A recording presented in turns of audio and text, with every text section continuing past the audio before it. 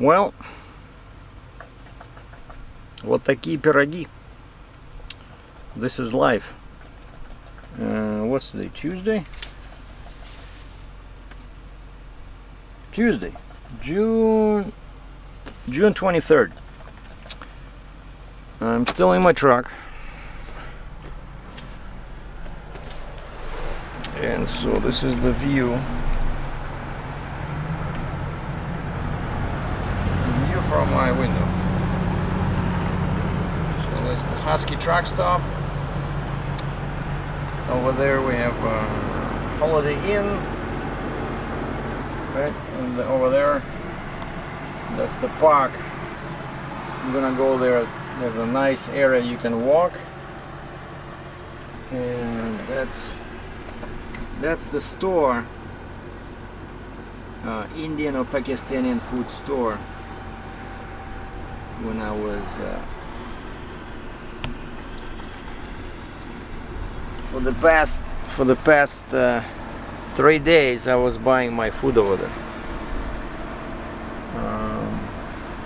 Actually, the weather is beautiful. It's not too hot, not too cold. It's perfectly fine for sitting. And there's some kind of weird noise coming from this side.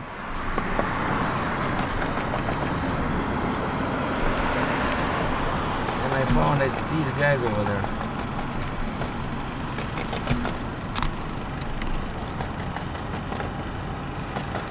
There's guys working on the roof.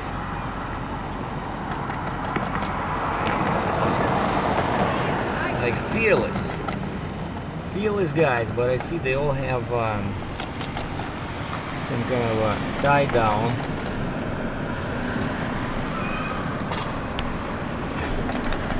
So, and I love this feature of my truck.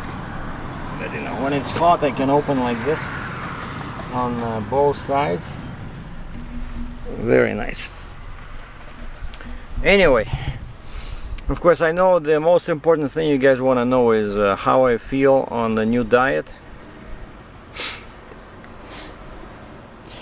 That's probably the question on everybody's lips. How does Captain Sergei feel? I'm just kidding. I know nobody cares, but I'm telling you, I'm losing weight. I feel fantastic, and all I eat now is meat, basically protein. So in the morning I had some cheese, lactose-free cheese with coffee. And then in the afternoon I went to this place. I said, I'm tired of your chicken. How's your lamb? The guy gave me a small piece of, like, you know, those shavings, like they cut and then cut them into small pieces, lamb and chicken. He gave me some lamb. I said, okay, I'll take 400 grams of lamb. And they're just like less than about 2 ounces less than a pound, just to give you an idea. And the guy says, you want any bread, potatoes, rice? I said, no, just give me a plastic fork and some hot sauce. And so he gave me this plastic thing with nothing but lamb, and that was my lunch. I'm telling you. Like, in case somebody's curious, the book is called The Carnivore Diet, and I feel fine, except I know from experience when you deal with high protein diet during the first week, it helps to take this. Okay, potassium. Yeah, I had to lean away because my fancy Canon has eye detection, and I can see on the screen how it follows my eye. You know, not very precisely, but it does a job. They say it only works when you're real close, and with the light is good. Anyway, what else to tell you? So Wednesday, right? So I spent a few nights at the hotel.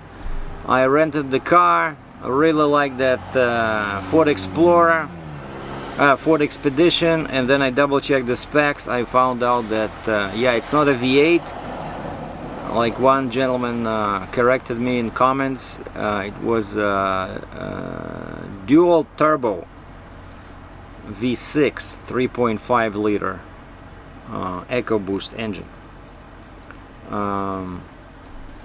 So I'm on the load board from 7 in the morning until pretty much 4 in the afternoon, maybe 5, with a quick break. And I had some interesting discussions with people. A guy calls me this morning and offers me 110,000 pound load. 110,000 pound load. Oh, and I got a picture. I'm gonna show you a picture. It's a main like the house, or what they call it, the car. How did he call it in his email? Oh, car body. Car body. I'm just gonna show you a picture. You send me a picture.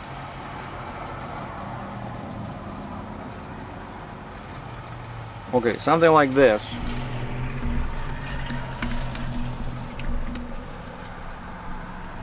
So you see this? So that's your car body. Not sure why this guy has Ontario setup. He has 4 axles in the back, right? But it's a very poor resolution photo. But that's pretty much, I hold these before, and then this guy has 4-axle truck and tandem Jeep. But the Jeep is kind of like, it's not a real Jeep, because it does not look like my Jeep, you know. It doesn't have the drop, you know, like the real Jeep has that drop in there, right? Okay, hold on, let me check the focusing. Oh, it's right on my eye. Beautiful. No, this one. I don't understand which way the camera is focusing, but anyway, it's focusing on the closest eye. Yeah, the one that's closest to the camera. So anyway, talk to this guy. He calls me at 7 o'clock in the morning, my time, and asks me, he says, a colleague of mine told me that you guys have a pretty big setup. You guys. And I said, yeah, we do. And so this one is sitting in Arkansas, and they want to send it to Canada. And so I double checked my the cost of my permits, because of course you would need the Jeep and the boost to everything. And then I, just to make sure, I was not sure what the story is with Saskatchewan, because it's going into Saskatchewan. And they're a bit different than Alberta, right? So Alberta now, it's until July 1st, it's 19,000 kgs per tandem. Hold on, 19 times 2.2, so 41,800 pounds. That's the maximum you can get on a basic tandem, you know, like a tandem drives, tandem Jeep. And so times 4, I got 4 tandems. It's 167, and maximum you can get on the steer axle is 16, so 183. So that's what I can do. 183 gross minus 72, so 111,200. So that's the absolute maximum I can do right now, if that load was going to Alberta. But of course you cannot load the maximum, so you can never be exact on each axle, so you want to leave yourself some room, right? So basically I'm guessing for Alberta probably 105 would be practical max I can do, right? And so just to be on the safe side, before I quote this guy, I called the Saskatchewan permit office, and they gave me the good news. Well, not so good, is that the steer axle is the same as in Alberta, 16,000 pounds or 7,300 kgs. Okay. But I said, what's the maximum on a tandem? Just want to make sure. And she says 9 kilograms per 1 millimeter of the tire width. So, you know, like the first three numbers on the metric label for the tire, like it can say something like 295, 285, 275. So in my case it's 275, and that number means how wide your tire is in millimeters. So 275 millimeters, it's roughly like 11 inches. So what they do is they take 275 and they multiply by 9 and then by 4 tires, and that's your axle. That's the maximum you can get under a permit. So 9,900, hold on, 275 times 9 times 4 times 2.2. Yeah, so 21,780 pounds. Which means that 21.780, which is better. Is it better? Hold on, divided by 2.2. 9,900. I think Alberta is better. Right? Alberta allows 19,000 kgs.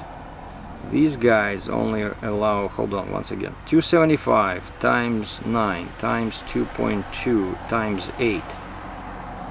43,560 per tandem.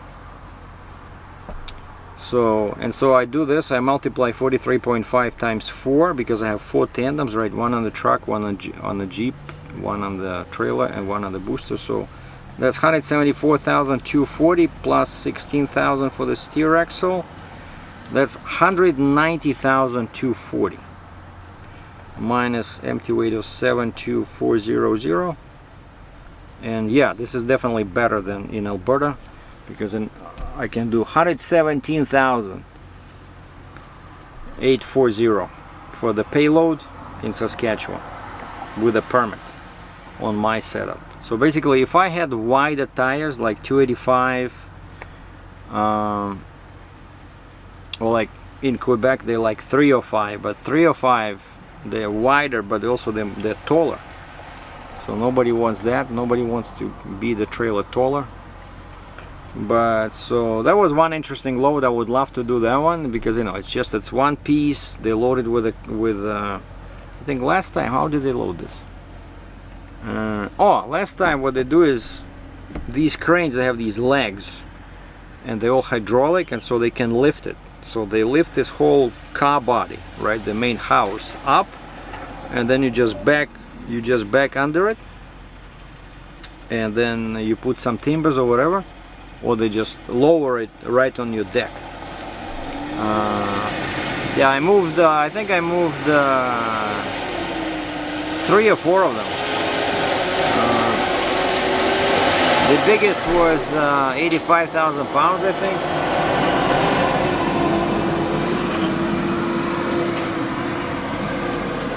This guy is really struggling with the weight. He has a B train,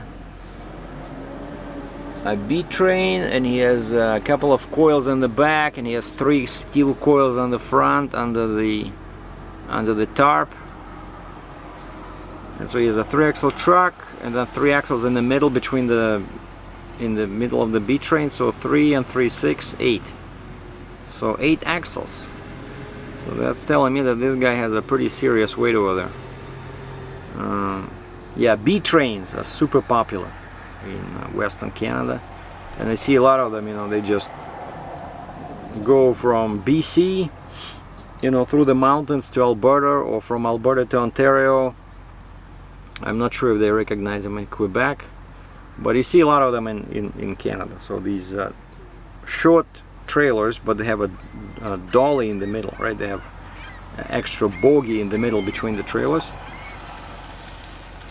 So anyway, so that was one load.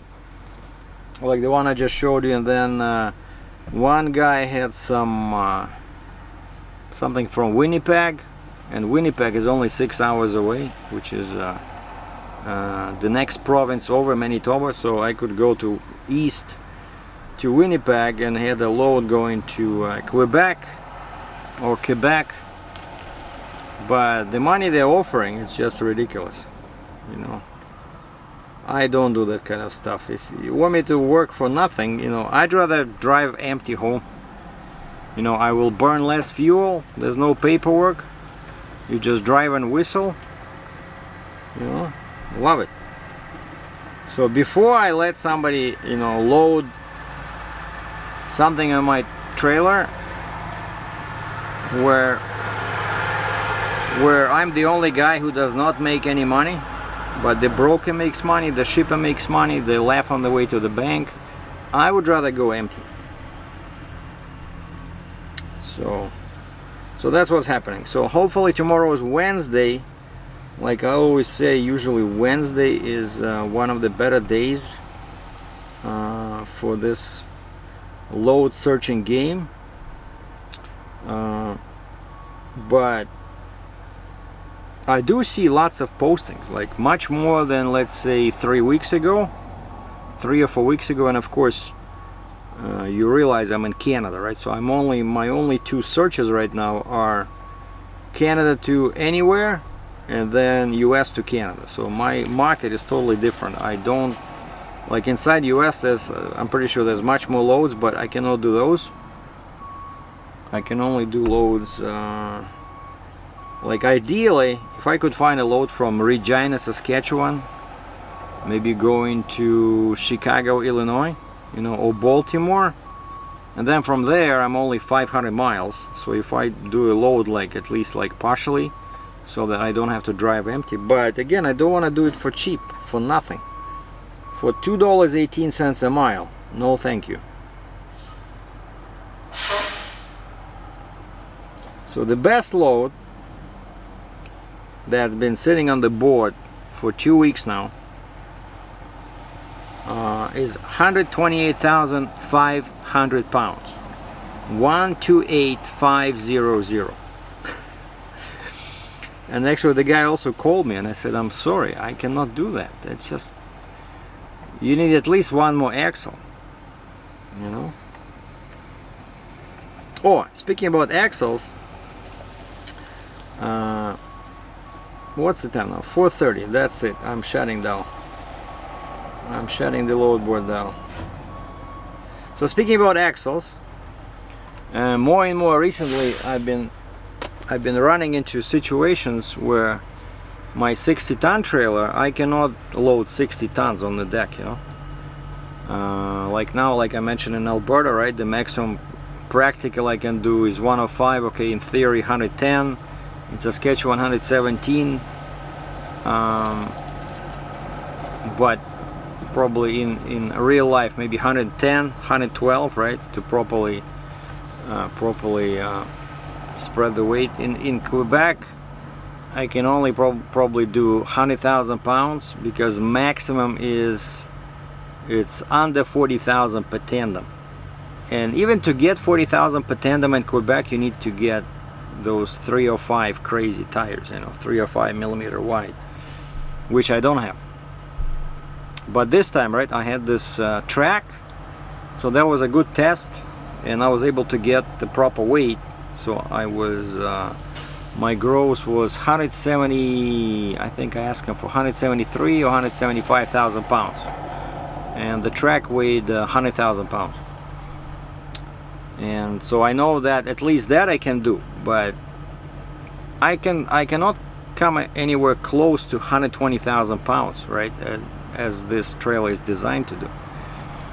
And so I came up with an idea, like, wait a second, so my trailer is modular, right? So I have tandem trailer, and I tested my booster, so now it works fine as 2+2 or 3+1. So what's stopping me from finding a used axle and just putting it in between the trailer and the spreader bar, right? And so now the spreader bar or the whole booster is connected to the end of the tandem trailer, but if if I can put like a tiny little used axle with 4 tires, then I connect the booster to that thing, right? And now I have 3 plus 2. And then I can go to 120 in many more jurisdictions. But of course then you become at least 3,000 pounds heavier, and you become at least 5 feet longer. So whereas now I'm 105 feet bumper to bumper, with that thing I'll be 110. And then you need there'll be more jurisdictions where you need escorts. So I don't want to be too long. But anyway, I was just looking into that, and I emailed my buddy Mark at Hale Trail. I said, could you please check this out? Like, what would Fontaine say if I did this? No, because there's nothing stopping me, because there's 2 types of flip axles. One of them is like the final axle, which is the last one on my booster, and that one only has the pins and all the connectors in the front. It has nothing in the back. But then there's an intermediary axle, which is between the spreader bar and the final axle, and that one probably costs more money because it has connections on both sides. So you can hook it up to the spreader bar, and then you can hook it up to the last final axle.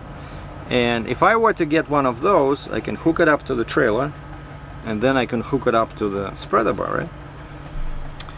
And Mark emailed Fontaine headquarters in Alabama, and the bureaucratic system worked like a charm. We got an answer within 2 hours. No. You cannot do that.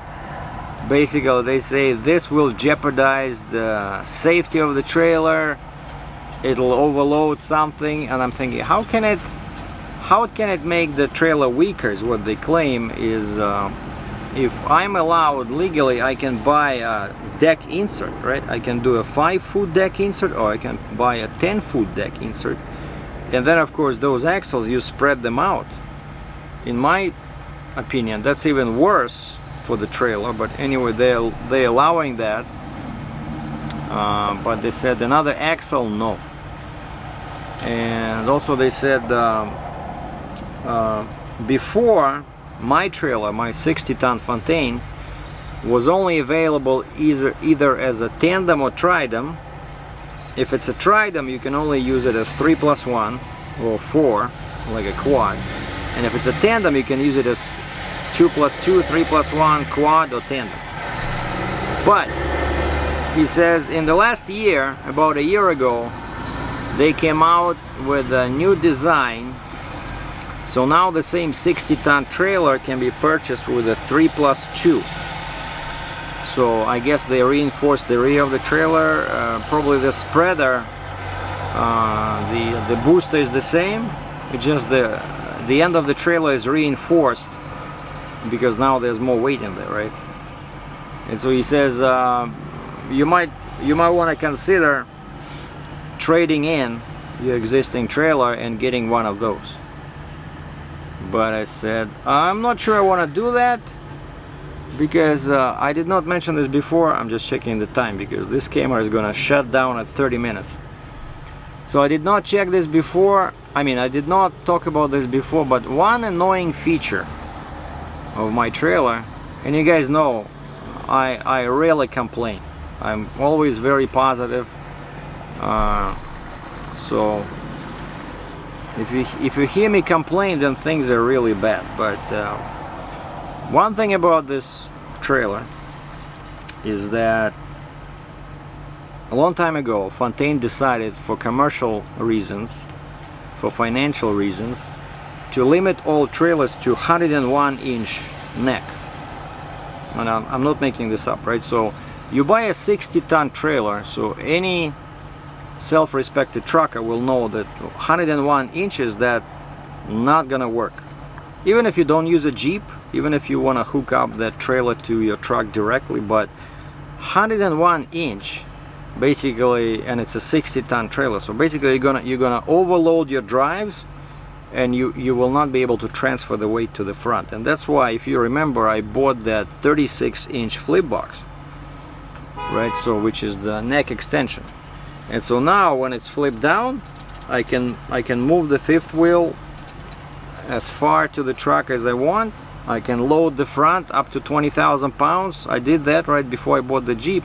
So now I bought the Jeep because you always want to make more money, go higher, heavier, right? So that's the route I decided to take, instead of like what some people are saying, possibly a better way is to specialize on longer and bigger loads, not necessarily heavier. Like, you know, you get a stretch or trombone, fancy word for a stretch RGN, and then you make your big bucks by being 20 miles long and hauling some super long structures, right? So that's, I don't like that. For me, I like one piece, give me one excavator, 60 ton, 70 ton, I like that.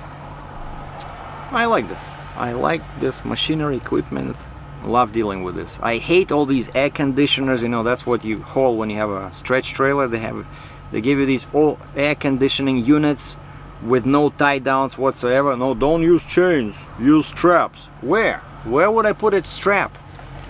I hold one of those, a couple of those, hate them. So I will take machinery and equipment over air conditioning units any day of the week. Don't get me started. And so anyway, so now I have the Jeep, right? So of course, to use the tandem Jeep, I needed the 83-inch flip box, right? And so now this flip box, either I use it or I don't. If I don't use it, it can be a problem when you have a booster in the back. So basically, in order not to use the flip box, I'd have to disconnect everything in the back and make it a triaxle, or tridem, or 4 axles in a row. And then of course, ideally you want to use this 36-inch flip box. It's too much work, you know, because, you know, maybe 60% of the time my loads they don't need a Jeep, right? Like, I need a Jeep here in Western Canada because even if you have even if they require you to have a single axle Jeep, I don't have that. I'm okay with using a tandem. Using the tandem, there's no penalties here for this, no financial penalties, no escorts, right? So I like it. But the problem is that, so like now I have this 101-inch base neck, and then I have 83, which is too long when I don't have a Jeep, you know. I would love to have like Trail King or any other manufacturer. They can give you a custom neck. Like I would like to have a base neck long enough so I can transfer the weight to the front without the Jeep, right? So you want, like on my 55 ton, I had 23-inch flip box, so I was 23 plus 101, 124, worked perfect. Like, you know, without the Jeep, you just want to push the weight forward so that you don't overload the drives. Now with this one, I had 36 plus 101, 137. That's a bit long, but so basically give me a neck which is somewhere around 120, 125 inch long, the base neck, one piece, right? And then give me connections, and so that I can hook up, let's say, a 50-inch flip box, right? So, you know, like 120, 125 plus 50 or 60, whatever. And then, so if I don't have a Jeep, I can flip that thing on the top and I can properly spread the weight. You see the difference? Whereas now I have two necks and I have to rotate between them if I don't want to, you know, have too many expenses on the road. I don't want to be too long. And so that's the annoying part, is that the Fontaine totally, like, it's a good trailer, but they decided not to do this custom builds anymore, whereas before I know they did this. So now you buy a 70-ton trailer, 200-ton trailer, it's all 101-inch neck. Well, maybe I'm mistaken about the heavy trailers, but on mine it's 101. It's annoying, you know. And so I don't know.